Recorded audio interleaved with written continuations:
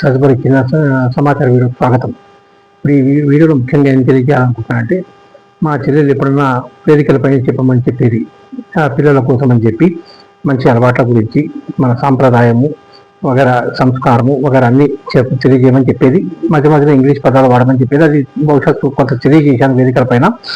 ఇప్పుడు అలవాట్ల మేరకు నాకు అది ఆలోచన వచ్చి ఈ విధంగా అలవాట్ల గురించి తెలియజేయాలనుకుంటున్నాను. ఎందరో తెలియజేశారు.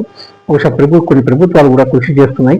దాంట్లో భాగంగా నా వంతు నేను ప్రయత్నం చేస్తున్నాను. ఎందుకంటే మా చెల్లెలు తెలియజేయడం జరిగింది. భక్తి మార్గంలో ఉన్నాం కాబట్టి అట్లా తెలియజేస్తే అది వేరే ఉంటుందని ఆమె సంస్థకి అధినేత ప్రిన్సిపాల్ కూడా ఆమె వృత్తిపరంగా గురువు అయినా కూడా ఆమె చెప్పాల్సింది చేసుకుంటూ వస్తుంది ఆమె వృత్తిపరంగా. నా వంతుగా నేను తెలియజేస్తున్నాను. ఆమె చెప్పిన మేరకు ఈ మధ్య కొన్ని వింటూ వస్తున్నాను.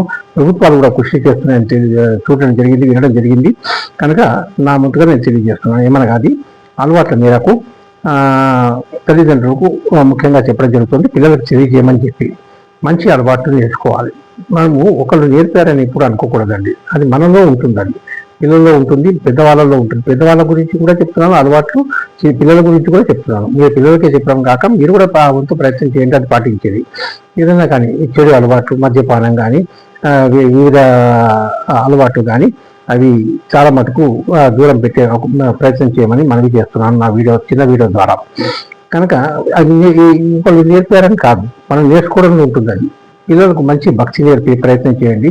మంచి మాటలు, మంచి పాటలు వగైరా అన్ని ఏమేమి నేర్పాలో మీరు మంచి తల్లిదండ్రులకు ఏ విధంగా గౌరవం ఇవ్వాలి, గురువుకు ఏ విధంగా గౌరవం ఇవ్వాలి, మన సాంప్రదాయం ఏంటి, మన సంస్కారం ఏంటి, ఎక్కడికైనా వెళ్ళినప్పుడు ఏ విధంగా ప్రదర్శించాలి, ఇవన్నీ మంచిగా నేర్పే ప్రయత్నం చేయండి అని నాకు ఈ చిన్న వీడియో ద్వారా తెలియజేయాలనిపించింది నాకు ఎందుకో. కనుక ఇవన్నీ చెడు అలవాటు చేయకండి. పదే ఎందుకు చెప్తున్నానంటే పిల్లలు చాలా మంది దగ్గర వింటున్నాను, చూస్తున్నాను కూడా. కనుక ఆ దిశగా వెళ్తున్నారు. అది తాత్కాలిక తృప్తిని, ఆనందాన్ని మాత్రమే ఇస్తుంది. ఆ దీర్ఘకాలం తృప్తిగా ఆనందాన్ని ఇవ్వదు. అవి లేకుండా మీరు మంచి అలవాట్లు ఉండండి, మంచి మాటలతో ఉండండి, మంచి సంప్రదాయము సంస్కారంతో ఉండండి.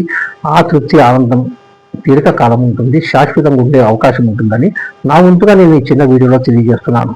ఎందుకో ఇప్పుడు జ్ఞాపకం వచ్చింది నాకు ఈ వీడియోలో తెలియజేయాలనేది ఎందుకో.